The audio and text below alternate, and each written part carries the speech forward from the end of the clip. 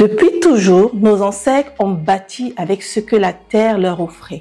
L'argile, la terre cuite, le bois, le raffia, le métal forgé. Ces matériaux sont bruts et c'est notre héritage. Ils ont traversé le temps, les modes, les influences extérieures. Et pourtant, ils sont toujours là, ancrés, inaltérables. Aujourd'hui, nous allons redécouvrir leur puissance et comprendre comment ils peuvent sublimer nos intérieurs modernes sans rien perdre de leur essence. Je suis Carole Amourich, architecte et décoratrice d'intérieur. Si vous arrivez sur ma chaîne pour la première fois, vous êtes dans le journal d'une femme noire. Ici, on parle de décoration, de racisme parce que c'est le combat de ma vie. Oui, ma famille est victime de harcèlement raciste virulent depuis 4 ans et on en parle aussi sur cette chaîne parce que c'est un sujet qui intéresse les Noirs en général et en particulier d'ailleurs. Donc, n'hésitez pas à vous abonner tout de suite sur ma chaîne ici. Là, juste en dessous, n'hésitez pas à mettre des pouces pour m'encourager. N'hésitez pas à commenter et à partager. Rentrons tout de suite dans le vif du sujet. Et déjà, je vous préviens, ça va être une vidéo riche en images, de jolis aperçus. Et je suis sûre que vous allez beaucoup aimer. C'est parti!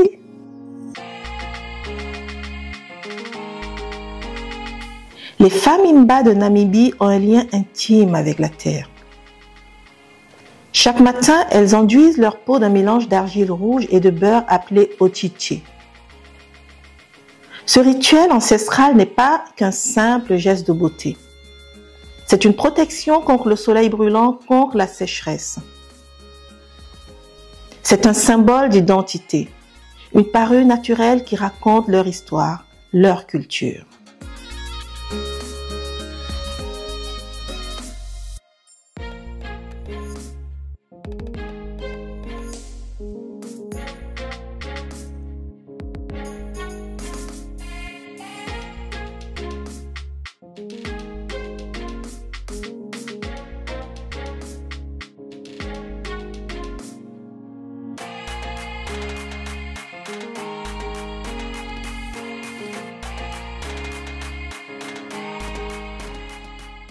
Le rouge ocre de l'argile n'est pas seulement esthétique, il évoque la chaleur, la puissance du sol africain, la connexion entre le corps et la nature.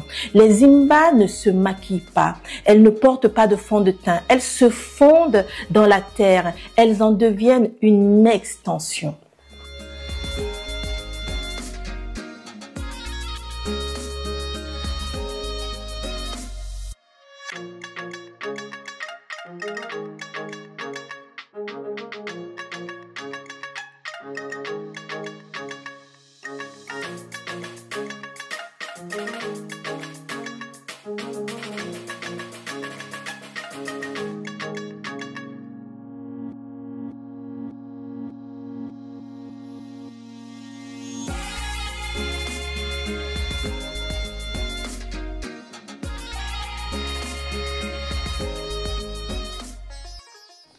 Cette même terre qui protège leur peau devient aussi leur refuge.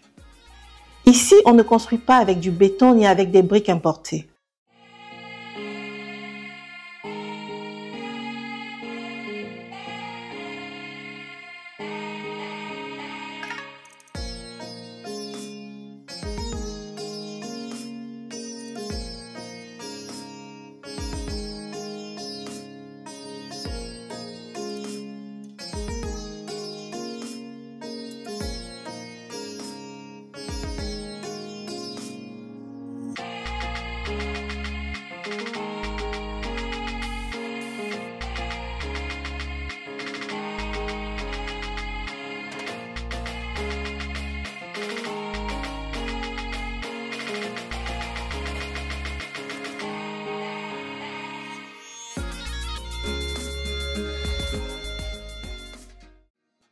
Les maisons sont faites d'argile et de terre cuite, matériaux vivants, respirants.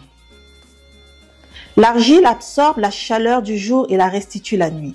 Elle régule la température, protège du vent et du froid sans jamais s'opposer à l'environnement.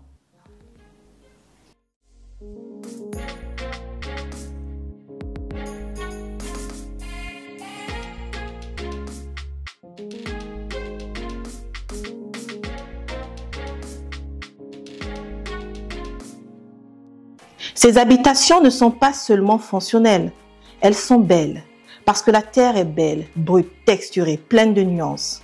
Contrairement aux surfaces lisses et artificielles des constructions modernes, ici, chaque mur a une âme, chaque fissure raconte une histoire.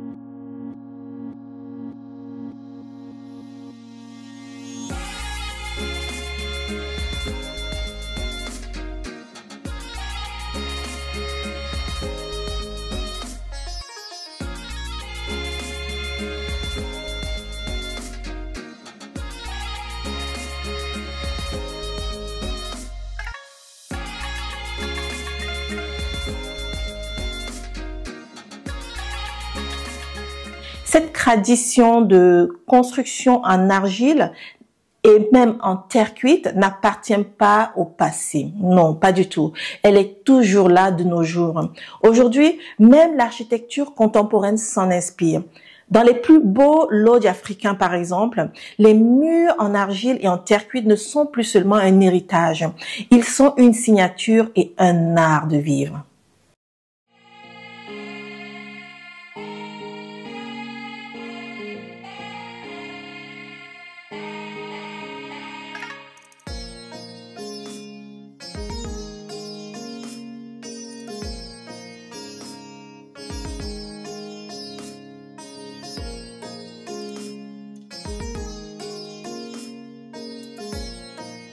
Ici, rien n'est superflu. L'architecture ne cherche pas à s'imposer sur le paysage, elle s'y intègre. Les murs semblent sortir de la terre, les couleurs reprennent celles du sol et du ciel. On ne trahit pas l'environnement, on le protège.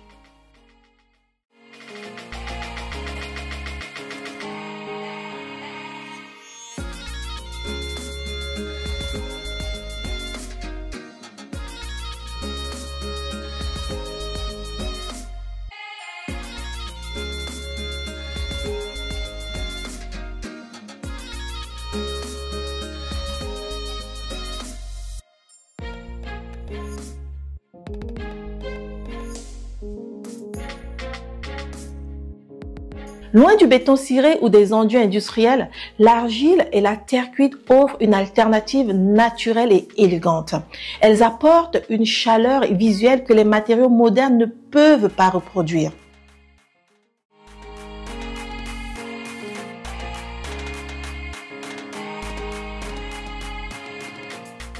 Regardez comment la lumière danse sur ces surfaces.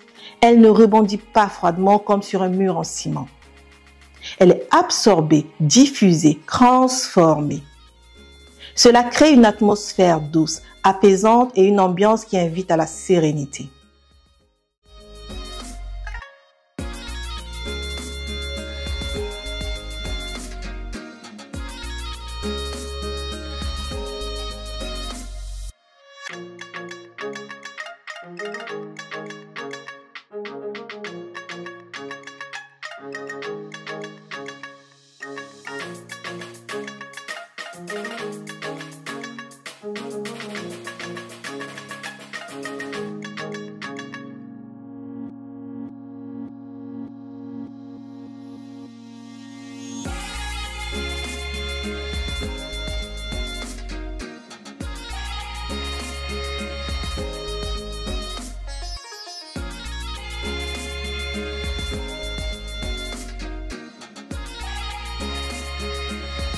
Dans un intérieur moderne, l'argile et la terre cuite ne se limitent pas aux murs.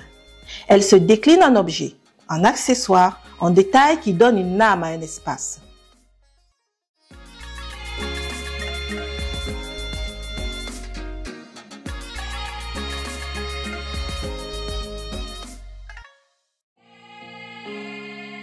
une poterie brute sur une étagère, une lampe taillée dans un bloc d'argile, une table en terre cuite. Ces éléments racontent une histoire. Et c'est là toute la force de ces matériaux.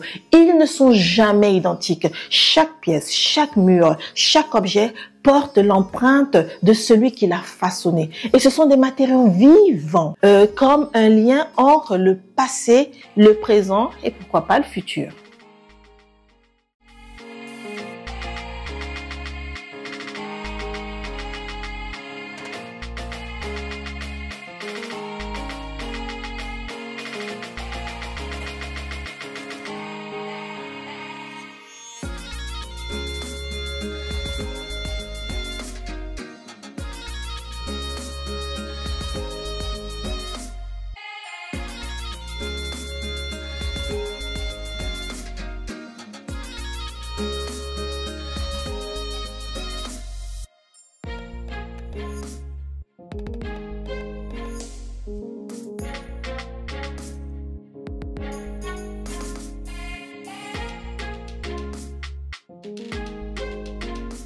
Toute bonne chose a une fin. En résumé, de la simplicité des villages Imba à l'élégance des loges contemporains, l'argile et la terre cuite racontent la même histoire, celle d'un héritage vivant qui appartient bien entendu aux Africains et aux Noirs que nous sommes tous. Nous n'avons pas besoin d'importer des matériaux coûteux pour créer des intérieurs beaux et authentiques. Nous avons déjà tout. Tout est là sous nos pieds, entre nos mains, dans notre héritage. Si nous réapprenons à voir la beauté de ce qui est à portée de nos mains, et si nous arrêtions d'imiter ce qui vient d'ailleurs pour réinventer ce que nous avons toujours eu? Pourquoi je dis tout ça? Parce que la vraie modernité, ce n'est pas de suivre les tendances, c'est de se reconnecter à son essence même. Cette vidéo était pour moi le but de vous sensibiliser sur le fait que nous avons tout. Aujourd'hui, quand je vois en Afrique, les constructions modernes, toutes sont faites avec des matériaux importés coûteux qui ne respectent pas du tout l'environnement. Tandis qu'ici en Occident, on pense déjà au respect de l'environnement, mais chez nous, on est encore en train de vouloir commettre les erreurs que les autres ont déjà commises et qui sont très coûteuses pour l'environnement et pour tout le monde. Alors, les constructions sont faites avec des carreaux, avec des matériaux qui ne sont vraiment pas beaux. Alors pour moi, c'est vraiment triste et dommage parce que nous avons tout. Moi, quand j'ai grandi, quand j'allais en vacances au village, et là c'était la terre cuite, c'était l'argile. Et il y a encore dans plein de villages comme ça, la terre cuite et l'argile sur les murs. Et ce que j'aime, c'est que les loges africains, les hôtels de luxe se réapproprient ces matériaux. Pourquoi ne pouvons-nous pas en faire de même? C'est important. Si vous avez aimé cette vidéo, n'hésitez pas à me laisser plein de commentaires. Vraiment, ça me booste, ça m'inspire. Ça m'inspire pour d'autres vidéos, ça me donne de la motivation et du courage. N'hésitez surtout pas à commenter et à partager, c'est très important. Pour ceux qui me suivent sur mes réseaux, vous avez certainement vu qu'il y aura le 2 mars à Grasse une marche pour nous soutenir ma famille qui est victime d'un racisme virulent de la part d'un couple de voisins vivant juste en dessous de notre logement. N'hésitez pas, venez nombreux. Si vous êtes des Azuréens et même si vous venez d'ailleurs, ce sera avec plaisir que votre présence sera accueillie parce que c'est un soutien pour nous, ça compte beaucoup.